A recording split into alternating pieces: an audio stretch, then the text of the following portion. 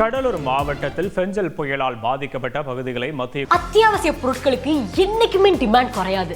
Super market வச்சு மாசம் 5 லட்சம் ரூபாய் எப்படி சம்பாதிக்கிறதுன்னு ஃப்ரீடம் ஆப்பை பார்த்து கத்துக்கோங்க.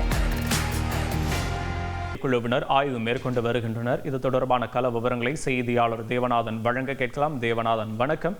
கள விவரங்களை பதிவு பண்ணலாம். தேவநாதன், தமிழகத்தில் பெஞ்சல் புயல் காரணமாக பாதிக்கப்பட்ட மாவட்டங்களை பார்வையிடுவதற்காக மத்திய உள்துறை அமைச்சகத்தின் பேரிடர் மேலாண்மை இணை செயலாளர் ராஜேஷ் குப்தா தலைமையிலான 7 பேர் கொண்ட குழுவினர் வந்திருக்காங்க. இவங்க நேற்று பார்த்தோம் அப்படின்னா விழுப்புரம் மற்றும் கள்ளக்குறிச்சி மாவட்டங்கள்ல பாதிக்கப்பட்ட பகுதிகளை ஆய்வு மேற்கொண்டனர்.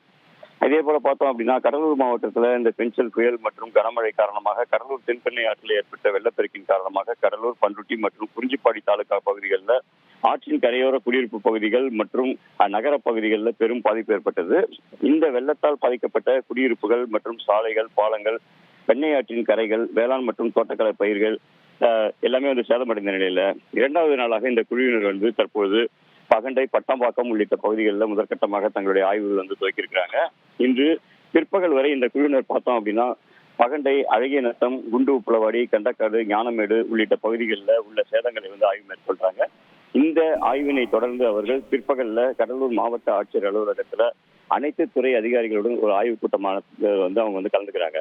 தற்போது பார்த்தோம் அப்படின்னா அந்த பகண்டை, பட்டாம்பாக்கம் பகுதிகளில் வெள்ளத்தின் போது இருந்த காட்சிகள் அவர்களுக்கு காட்சியாக புகைப்படங்களாக வைக்கப்பட்டுள்ளது. அந்த புகைப்படங்களையும் அவர்களை பார்த்து அன்று எந்த மாதிரியான சேதங்கள் ஏற்பட்டிருந்தது என்பதையும் அவர்களுக்கு காட்டப்படுகிறது. அதனைத் தொடர்ந்து தற்போது அந்த பகுதியில் எந்த மாதிரியான சேதத்தில் உள்ளது மற்றும் வேளாண் பயிர்கள், வீடுகள் அனைத்தும் எந்த மாதிரியான சேதத்தை சந்தித்துள்ளன என்பதெல்லாம் அவர்களுக்கு விரிவாக விளக்கி காட்டப்படுகிறது. விவரங்களுக்கு நன்றி தேவநாதன்.